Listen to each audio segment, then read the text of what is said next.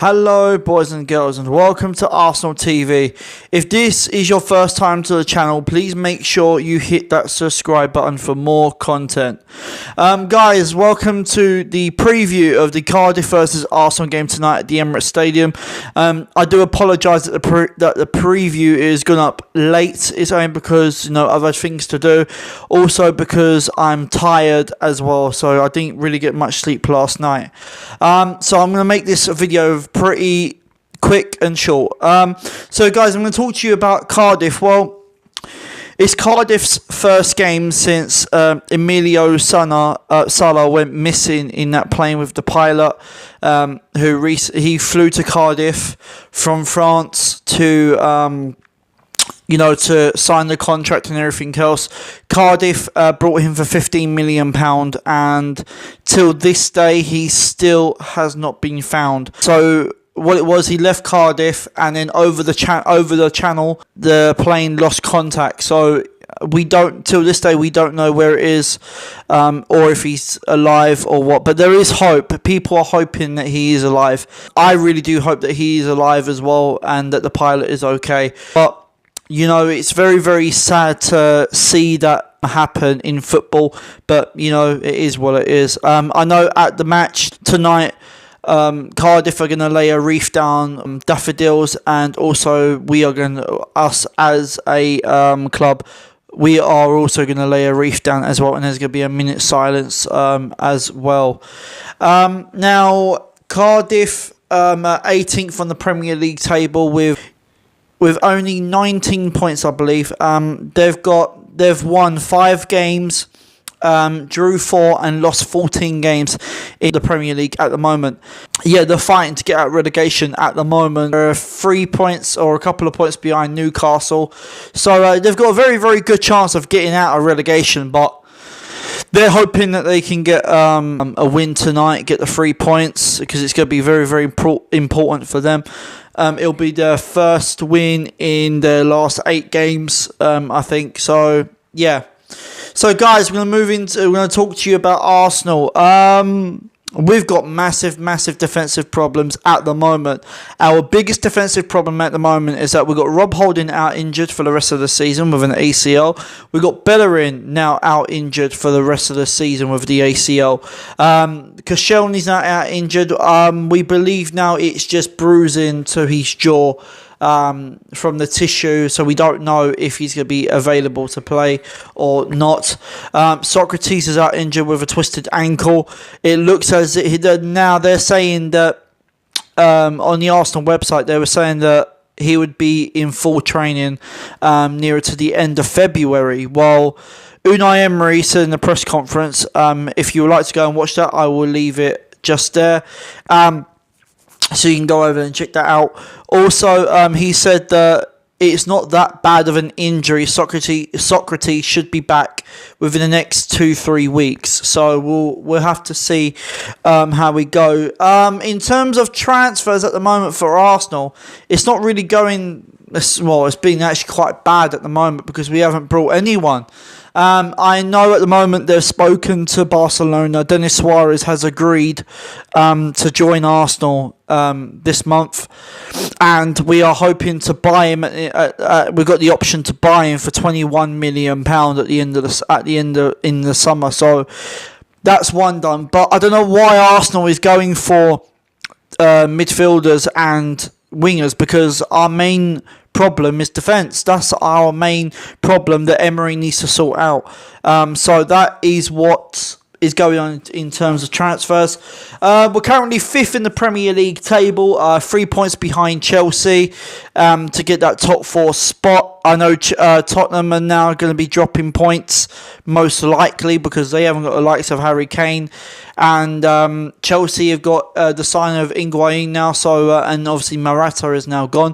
So, yeah, I reckon the 4th and 5th and 6th spot is going to be quite up and down. In terms of now, Arsenal have got Man United up our arse, and we recently lost to Man United in the FA Cup. Now, the only positive I can take from that game is that we didn't drop 3 points during that Man United game. So I'm actually quite happy with that, really. But at the end of the day, we've had our fair share in the FA Cup, winning it 13 times.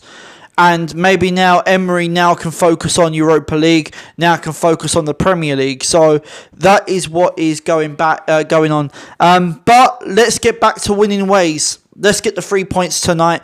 And I would just like to give Mr. DT on Arsenal Fan TV a massive shout out to wish him a happy birthday as well for today. So guys, we're going to move into now the predicted lineup. I've gone with a 4-2-3-1, not the diamond.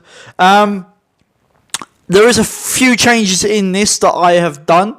So let's get into it. In goal is going to be Bernd Leno. Pretty plain and simple choice. You could see from the Man United game why now the Emery has chosen Leno for Premier League games. In terms of the way Czech was coming out of the goal against Man United when he didn't need to. You know, so that is the reason why I've gone with Bernd Leno, and it's pretty plain and simple choice. Now, guys, we're going to move into the flat four. At right back, this is going to surprise you. I've gone with Cole Jenkinson. Now, I know Arsenal have said that Jenkinson, we've said that he's not going this month, in January, because we might need him. And that's what Emery has said. We might need him because of the problems at right back position. Cole Jenkinson, he's done well. I've chosen him because of his pace, because of his power going forward. And it is better than sticking Lichtsteiner there or Maitland-Niles, because Maitland-Niles is not he's not a right back. Lichtsteiner, I can't trust him. That's the only thing, guys. I cannot trust him at all because he's been poor since the times that Lichtsteiner's been playing. So that's why I've gone with Cole Jenkinson. We're going to move into two centre-backs. First off is going to be Mustafi. Mustafi, he hasn't been playing that great, to be fair, but it is what it is. We've got no other choice but to put him in there because Koscielny's injured, Socrates is injured.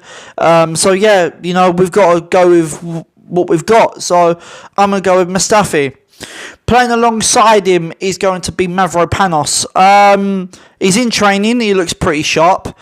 He has played some games. Played for the under-23s. Didn't do too badly. So Emery said that he's in the squad, and it looks to me that he could be selected. So I'm gonna go with Mavropanos. We are going to now move into the left back position, and I'm gonna go with Nacho Monreal. Yeah, I don't see Koležník as a left back. He's more of a left wing back. If you want to play as in the three at the back, he's got everything going forward. Koležník's got everything going forward, but he just can't defend. And I feel that Monreal is the best player for this if you're going to play him in that left back because he's good defensively. So that's why I have gone with Nacho Monreal. We're going to move into the two defensive midfielders in that midfield area. And first off, maybe a bit of surprise to you guys, I've gone with Matteo Guendouzi.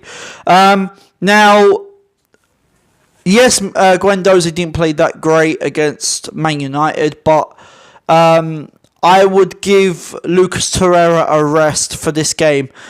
And I would put Lucas Torreira on the bench. Simple reason, because after that Man United game, Lucas Torreira looked shattered. He needs a rest. He needs a break. So, and you got to realise, it's his first season in the Premier League and he hasn't done too bad. But this is where I've gone with Guendouzi in that position, just to give Torreira a rest. So I've gone with Matteo Guendouzi. So playing alongside him is going to be Granit Xhaka. Now, after that Man United game, Granit Xhaka came out of was coming out of the stadium, and fans approached him to the car. Now, with his wife also in the car. Now, you can give criticism to the team or to the players when it's due to them, but you don't need to go and abuse them. That is just bad. The fans are lucky that Granit Xhaka didn't get out of the car. They are so lucky he didn't get out of that car. But, I am going to go with Granit Xhaka. We're going to move into the attacking areas, and I've gone with the three. So, out on the right-hand side, I'm going to go with Pierre-Emerick Aubameyang. If you're going to play Aubameyang in a 4-2-3-1 formation. Play him out on the right, because even if Aubameyang plays out onto the left, he drifts to the right-hand side. So if you're going to play Aubameyang, play him out on the right-hand side, because that's where I feel he's going to be more dangerous. And Aubameyang also broke a record against Man United as well. So, yeah, I think he's doing very, very well for Arsenal. He's been our best. He's been our best striker this season. Obviously, Alexandre Lacazette as well. But I've gone with Pierre-Emerick Aubameyang out on the right. We're going to move out onto the left-hand side, and I'm going to go with Alex Iwobi. The only problem with Alex Iwobi is his end product. He's got everything going forward, but it's just that end product where he can get that final touch and to get to the goal scoring opportunity, and obviously for him scoring goals. That's his only problem, is his end product. If Alex Iwobi gets that right, he would be absolutely lethal. He'd be a massive threat to teams. So I'm just hoping that he can work on that in training and just work on his final touches and work on his end product. So I'm going to go with Alex Iwobi out on the left. We're going to move into the number 10 role, and I've gone with Mesut Ozil. Yes, Mesut Ozil didn't do really that much to change the game against Man United. The reason why, because there wasn't enough time on the field to change anything. If you're going to play Ozil, play him from the start. Then he might be able to create more chances. But only problem that I've got with him is his tracking back. Now against Man United, when Man United was on the counter attack, when it was 3 versus 2, Ozil was just jogging. He was just jogging. Wasn't even sprinting to his man. Wasn't even looking to his man to try and mark him. No, that's not right, guys. Okay. He's a highest paid player. He needs to work on that. He needs to work on his tracking back. And that's what I think Emery needs to tell him. He needs to work on that. So I've gone with Mesut Ozil in the number 10 role. Playing up front as a leading striker is Alexandre Lacazette. I've got no problem with Lacazette at all. No problem whatsoever. His work rate is absolutely phenomenal. Now, if you look against the Man United game where we lost possession, Lacazette had to come up to nearly enough the halfway point to tackle the players to get the ball back to retrieve possession. And you don't really see not many strikers doing that. So I quite like Lacazette, and his finishing is top notch as well. I just want him just to score more goals and to build that confidence a bit more. So I'm going to go with Lacazette up front. So guys, there is my preview. That has been the predicted lineup. I really do hope that you've enjoyed this video. If you have, you know what to do, and you are new to the channel, make sure you hit that subscribe button, make sure you hit that thumbs up button, and make sure you leave your comments below. Until next time, guys, you've been watching Arsenal TV, and I'm out of here.